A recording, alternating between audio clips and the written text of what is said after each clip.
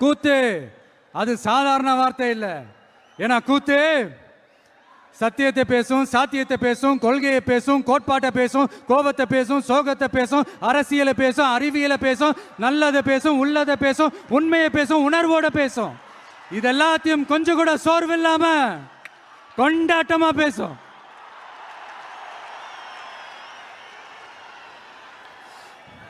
கூத்து ஒரு கொண்டாட்டம்னா கூத்தாடி அந்த கொண்டாட்டத்தோட குறியீடு. கூத்தாடி உள்ள இருக்கிற அந்த கோபத்தையும் சோகத்தையும் யாராலையும் தெரிஞ்சுக்க முடியாது, புரிஞ்சுக்க முடியாது. அவனுக்குள்ள இருக்கிற அந்த கோபம் கொப்பளிச்சதுன்னா யாராலையும் அவனை கண்ட்ரோல் பண்ணவும் முடியாது. அவன் நினைச்சதை செஞ்சு முடிக்கிற வரைக்கும் நெருப்பு மாதிரிதான் இருப்பான். அதனாலதான் குறியீடா மாறின கூத்தாடியை பார்த்தா மக்கள் கூட்டம் கைத்தட்டும், கண்கலங்கும். காரணம் வேற ஒன்றும் இல்லை, அவன் நம்மள மாதிரியே இருக்கிறானே, நமக்கான ஆளா இருக்கிறானே. நாம